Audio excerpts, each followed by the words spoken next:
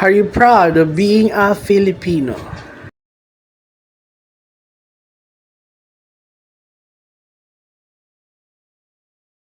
Bedtime Story by Kuya Marky. Kwento mo, share mo.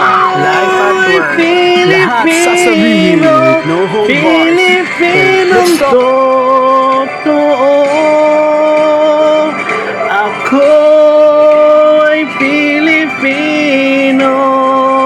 Ako'y Pilipino. Taas noo kahit kanino. Ang Pilipino ay ako.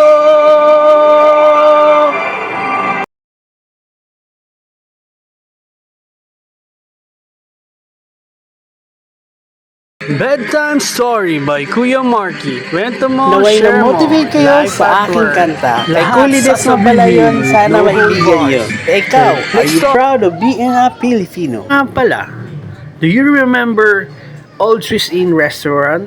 Sa tagal ng company, may Makati, may Manila. But Makati needs to give way with love to its old home in Manila, where it's located on Paco, Manila. I'm sure same service, menu, same lasa, same quality. I'm sure mabubusog kayo. And mura pa. From many years, from May 1 to July 1 before it closed. But don't worry, mag-open pa rin naman yan.